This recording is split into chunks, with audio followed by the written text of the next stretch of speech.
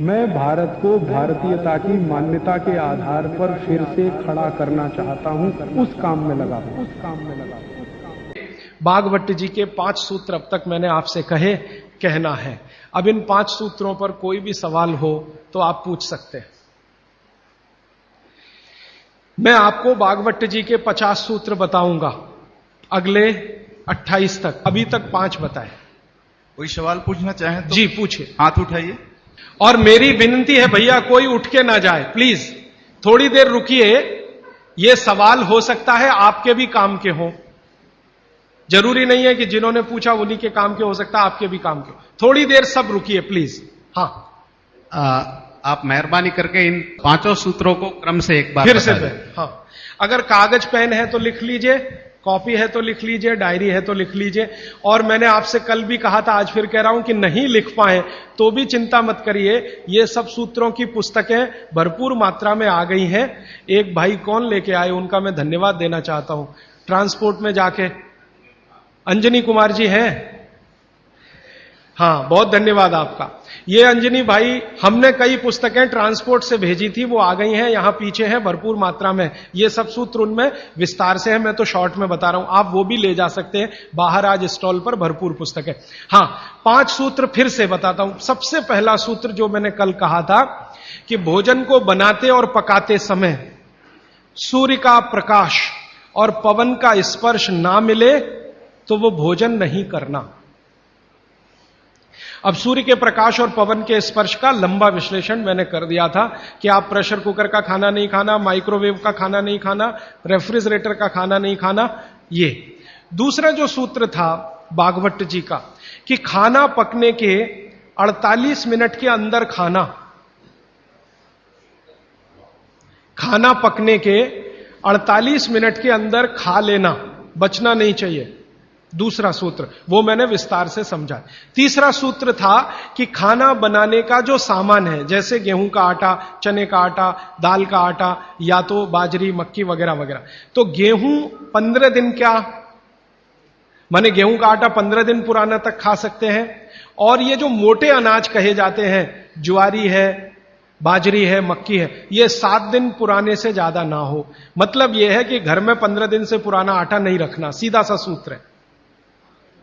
हर 15 दिन पे नया आटा आता रहना चाहिए। उतना ही आटा पिसवाइए ना जितना जरूरत है। आप चक्की लाते हैं तो बहुत अच्छा, नहीं लाते तो भी चक्की पर जो आटा पिसवा कर ला रहे हैं वो 15 दिन से ज्यादा पुराना ना, ऐसा आप अपने घर में नियम बनाएं। तो ये तीसरा सूत्र है।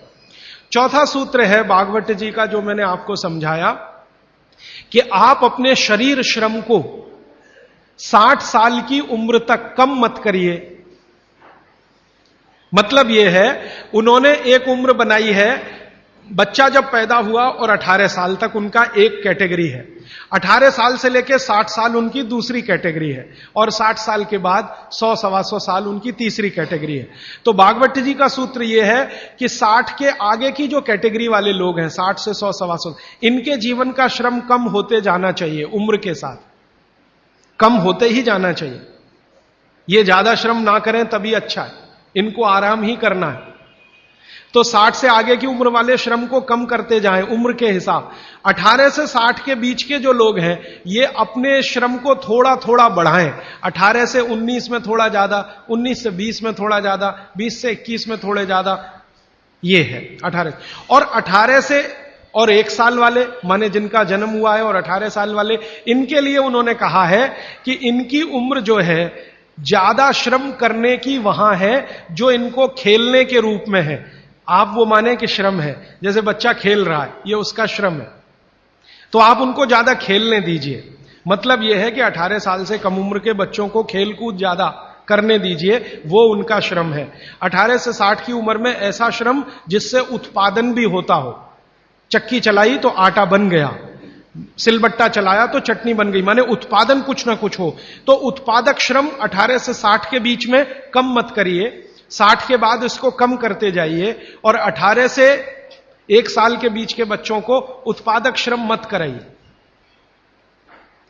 यह है। और आखिरी सूत्र, माने आज के हिसाब से आखिरी सूत्र, कि आप अपने जीवन में तासीर का ध्यान रखिए, आबो हवा का ध्यान रखिए, वातावरण का ध्यान रखिए जहां आप रह रहे हैं। माने भौगोलिक परिस्थिति, एक शब्द में मैं अगर कहूं तो ज्योग्राफिकल कंडीशंस। तो आपकी जो आबो हवा है इसका ध्यान रखिए। इसका ध्यान कैसे रखना, मैंने आपसे उदाहरण के लिए में कहा था कि भारत गर्म देश है और कनाडा ठंडा देश है। गर्म देश के लोगों में हमेशा वात की प्रबलता रहती है, शरीर का दोष है, अब उसको क्या करेंगे, वात की प्रबलता रहे ही, पित्त और कफ आपका हमेशा कम रहेगा। इसलिए भारत के लोगों को वात के रोग सबसे ज्यादा है। भागवत जी कहते हैं कि भारत के लोगों को लगभग 70 से 75% रोग वात के हैं, 12 से 13% रोग पित्त के हैं और 10% रोग कफ के हैं। कफ के रोग हमारे यहां सबसे कम है, पित्त के थोड़े ज्यादा, वात के सबसे ज्यादा, क्योंकि हम गर्म जगह रहते हैं। तो आप ध्यान रखिए कि गर्म जगह में ऐसे काम मत करिए जिससे वात बढ़े। जैसे मैं आपको एक उदाहरण दूं, माफ करिएगा ये उदाहरण देते हुए, आप दौड़ लगाते हैं, रनिंग, इसमें वात सबसे ज्यादा बढ़ता है। हमारे यहां आजकल एक फैशन आया, मॉर्निंग में दौड़ो, दौड़ना नहीं है, चलना है।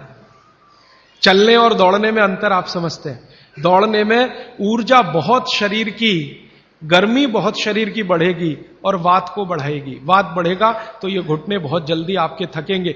आप देख लो जितने हिंदुस्तान के रनर है ना, रनर 100 मीटर दौड़ने वाले, 200 मीटर, 35 साल के बाद किसी के घुटने काम नहीं करते, सब बैठ गए। मिल्खा सिंह को मैं मिला हूं, वो कहते हैं यार उस समय जो मैं दौड़ गया ना, अब पता चल रहा है कि उसका क्या असर। परमानेंट डैमेज हो गए हैं दोनों नी जॉइंट्स मिल्खा सिंह के। तो भारत दौड़ने वाला देश नहीं है।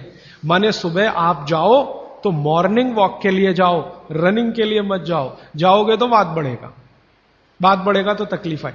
तो भागवत जी बहुत गहरी बात कह रहे हैं, जहां रहते हो वहां की आबो हवा और तासीर को ध्यान में रखो। हमारी आबो हवा गर्म है, गर्म हवा में वात बढ़ता है, ये याद रखो। तो वात बढ़े ऐसा कोई काम मत करो।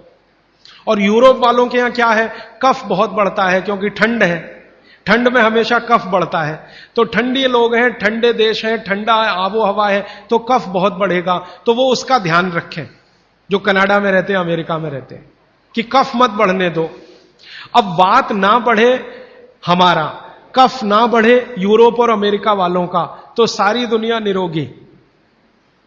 पित्त जो है वो सम में वैसे भी रहता है, पित्त जो है ज्यादातर सम में ही रहता है। तो ये 5वां सूत्र है। तो ये 5 सूत्र मैंने फिर से आपको बता दिए। दोस्तों सबसे पहले तो चैनल सब्सक्राइब करें, फिर लाइक, कमेंट और शेयर करें। और हाँ, हमारा एंड्रॉयड ऐप डाउनलोड करना ना भूलें।